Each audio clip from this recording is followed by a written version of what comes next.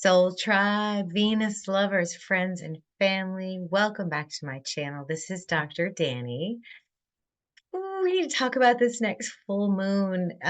It's a lot. This is going to be a relatively short video. I'm not going to go into the houses in this video like I did in the previous one. The last two energy updates, the Venus transits and the Sun through Aquarius, will have house descriptions. So the energy can hit you, you can look at the house information and find out where the energy is hitting you. And there's also shorts. But this full moon, ooh, we're just going to go into it. I'm just going to tell you what's happening. It's basically like when I look at the energy, it just feels like a release. There's a lot of electricity. Our nervous system is going to take a hit. Our heart's going to take a hit. Um, so it's going to be relieving after it's over, but going through it's going to feel pretty intense. And hopefully it can be a controlled release. If you watch my last video, I kind of show you guys how to do that, but we'll talk a little bit about that too, because Saturn and Mercury play a big role in this full moon.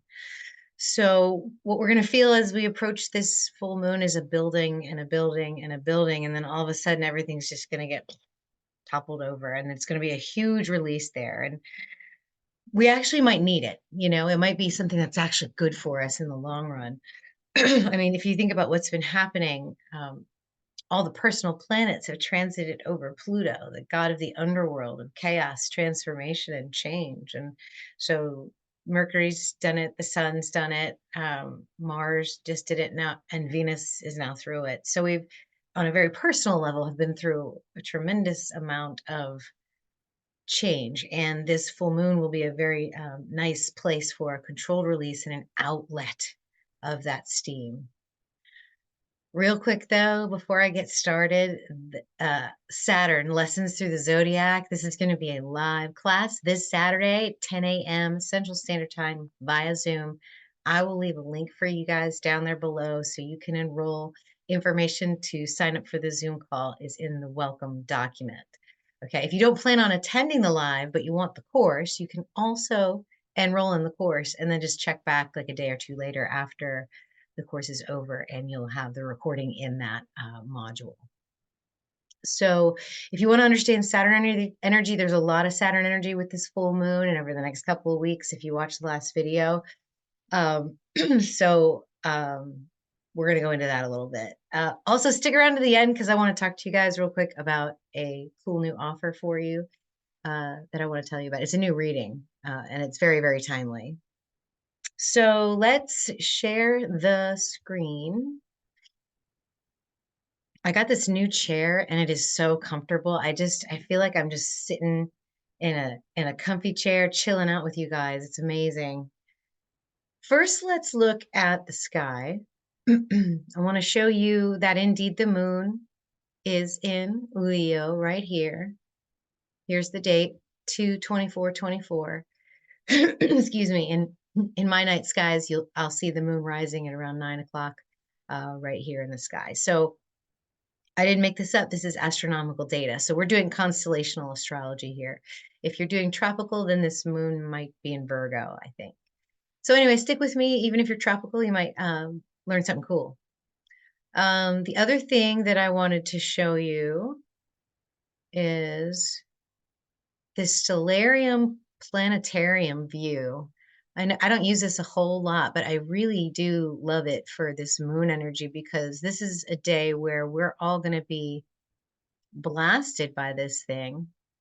And I know it's kind of hard to orient, but here's your sun conjunct Mercury and Saturn opposing your moon in Leo. So, and you're right in the middle. Then you got nodal action. There's some squares, some semi-squares as well. So we'll get into all of that. But I just wanted to show you what that looks like and why we care about all this. Because if you're in the middle of this crazy beam of energy, what does that do to you? And how does that resonate with your natal chart? So it's a good idea to know, number one, for this reading, where Leo is in your chart and what house, and also where the sun is in your chart. So let's get into a chart. Okay, let's see here. I have a picture of it because it's easier. Here it is. So sun in Aquarius and moon in Leo. Let me draw Annotate. Okay.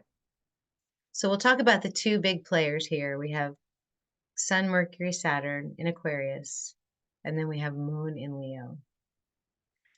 So here's what I get for Sun, and I'll just go Sun, Mercury, and then Saturn, and then I'll give us a flavor of what these energies mean in Aquarius combined. Because with conjunction, you can have all polarities of it, all forms of expression of it. But in general, this is what you can read it as. The sun in Aquarius is the highest expression, right? The sun it attains enlightenment through the fullest expression of the self, of the ego. It's the search for the self within the self. It's also a higher perspective in Aquarius. It's less weighty, less emotions, a little bit more of an ambivalent energy. Aquarian suns actually really can't even understand low vibrational energies. They're like, dude, why do you have to be such a downer? It's a foreign energy for them. So they want to work together with the soul tribe to bring the highest expression of reality into being. Mercury in Aquarius is, Mercury is the mind, knowledge, how we think. This is a superior conjunction with the sun, meaning that it is, I'll draw it for you guys. You have sun, Mercury, and then Earth. Whereas in inferior conjunction, these two are switched and Mercury is over here, if you're looking at the solar system.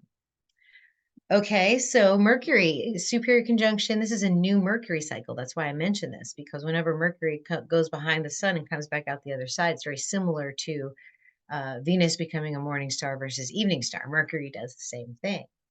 So this is flashes of inspiration and enhanced intuition. All right.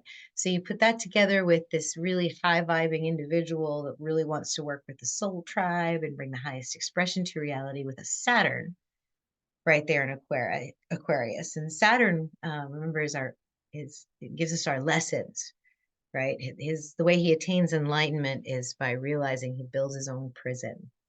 So this brings a threshold and a sobriety to these very high vibrational ideals that Mercury's channeling in and the sun is expressing.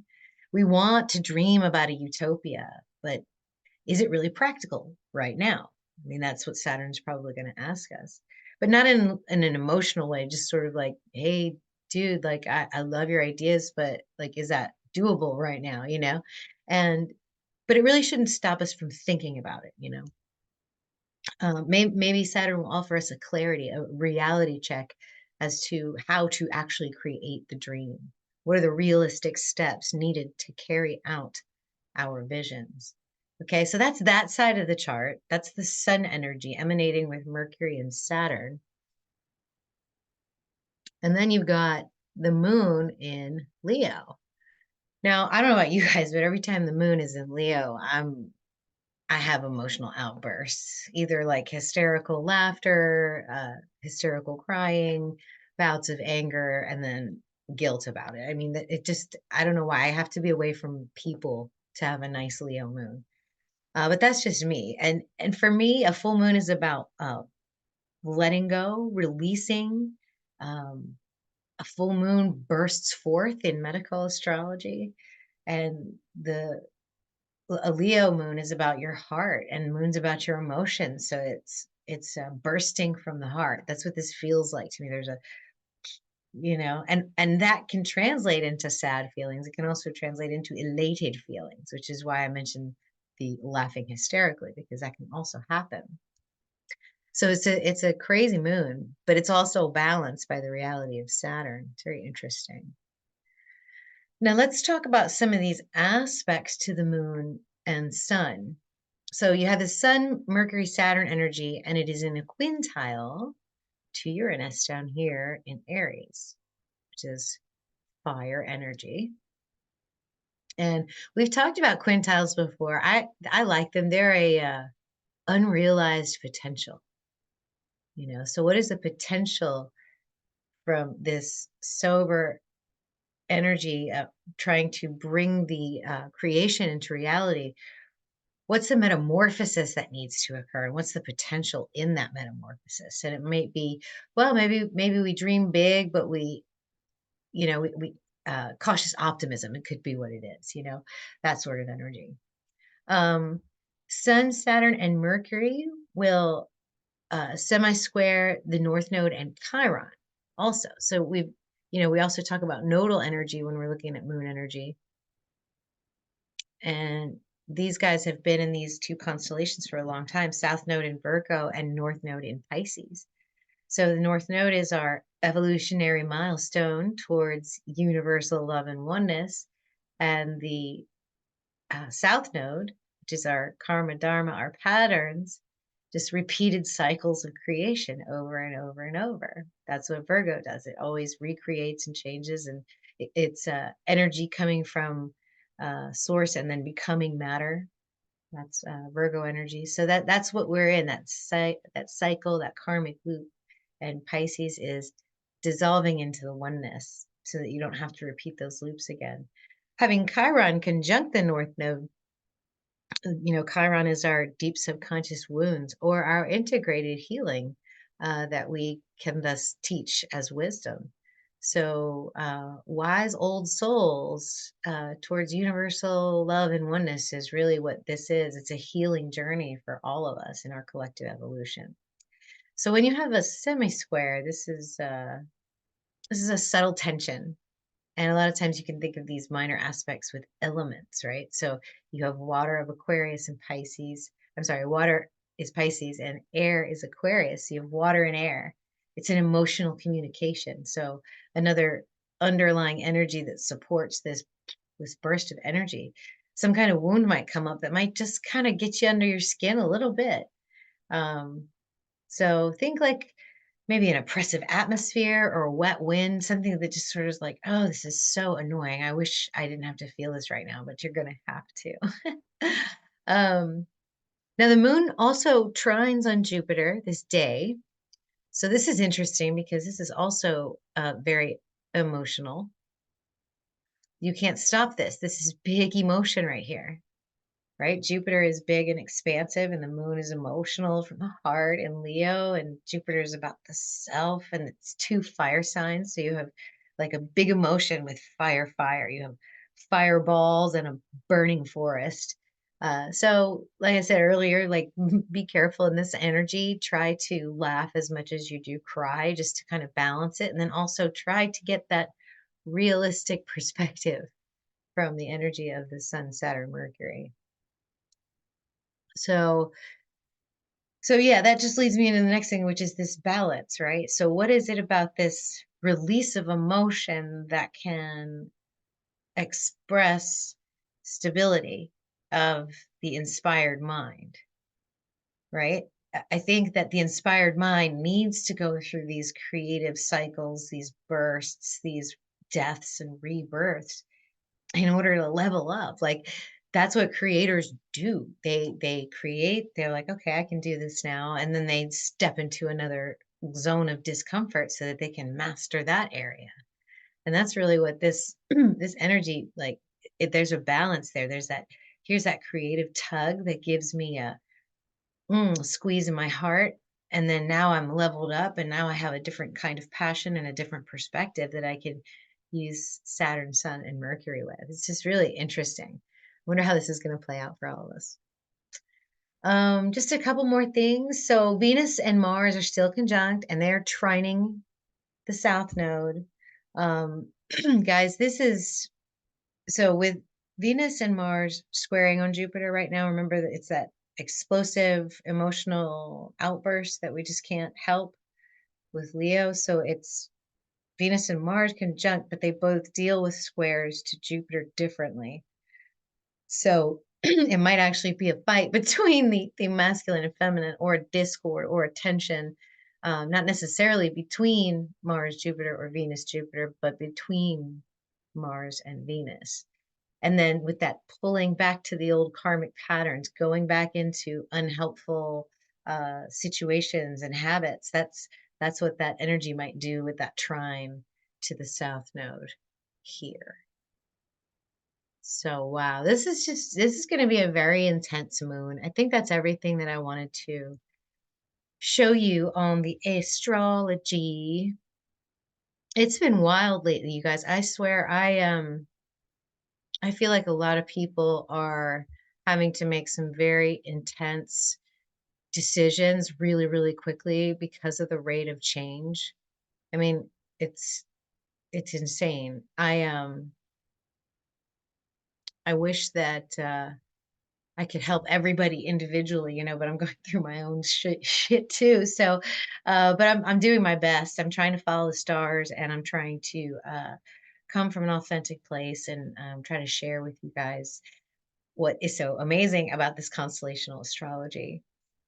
Following the sun transiting through Aquarius, it's going to move into Pisces, and then we're going to be in eclipse season.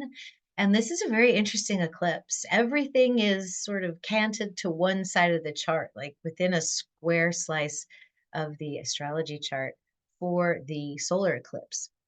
And so not a lot of aspects are happening. So it's very interesting. There's some minor ones. There's like semi-sextiles and semi-squares and some sextiles, but there's no trines really. There's no squares. There's not even an opposition on the day of the solar eclipse. And so um, gosh, I was thinking I might even have to like get a council of elders together to look at this together so we can sort of hash out what this energy might mean for our friends, family, and clients. So what I've done is, I don't even know if I want to share my screen. I've created an eclipse reading. So it includes your natal chart. It's a detailed, personalized recording of your natal energy. Like I'm going to go through all of it with you, and it's once I'm done, you download it from Zoom, and it's yours to view and download and keep and review at your leisure. Um, but I'll review all that and then also take you through the lunar eclipse on the 25th of March and the solar eclipse on the 8th of March. And we'll look at what house that's in for you, what's aspecting, what the eclipse is aspecting in your chart, because you may have squares to the eclipse depending on what your natal energy does. And so there might be a tension there that we're missing because we don't see those angles in the actual sky. So I have that.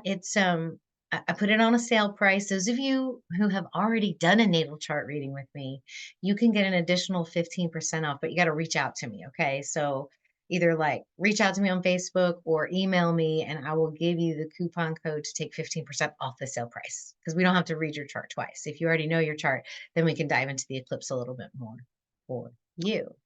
Okay. I think that's everything. So namaste, my friends. Until next time, have an amazing full moon.